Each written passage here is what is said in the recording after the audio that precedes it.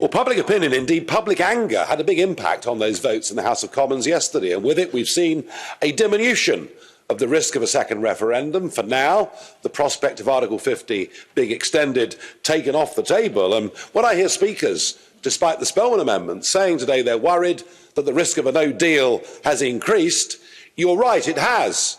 But not because of what happened last night in Westminster, but because of the response, gentlemen, we got from you this afternoon. You know, even when the Prime Minister actually gets a majority behind her, and all right, I accept, she made a dreadful mistake by signing up to the backstop. You summoned her. At 4:15 in the morning, she left Downing Street.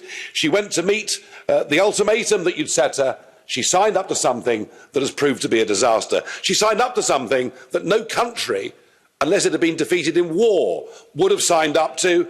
We now realise that mistake, and actually, the House of Commons, the country, is overall looking for a deal. But you know something?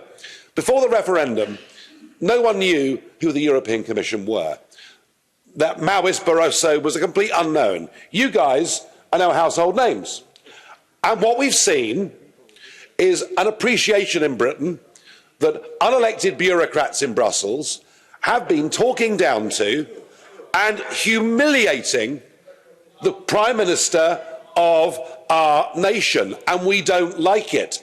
And even when she comes back, trying to be reasonable, saying let's renegotiate, you're not prepared to give an inch. The reason that a no-deal Brexit's got a little bit closer is because of the sheer language and attitude, not just from the Commission, but from many in the Parliament towards the United Kingdom.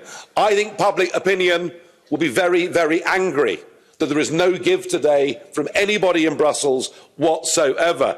I think many will say we're simply dealing with fanatics who are not prepared to be reasonable and make any sense of compromise.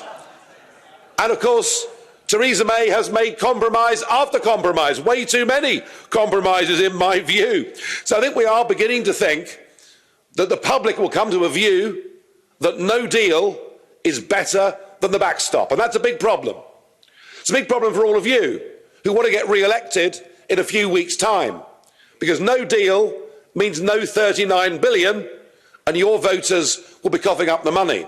No deal means the 100 million bottles of Prosecco we buy every year from Italy will become more expensive, as will 750,000 German cars. So why don't we all prepare sensibly for a no-deal scenario? Why don't we prepare to go to the World Trade Organization, use Article 24, so that we can, after we leave on March the 29th, have a 2-year period of no tariffs, no quotas, no restrictions of any kind, no problems or difficulties with Ireland whatsoever.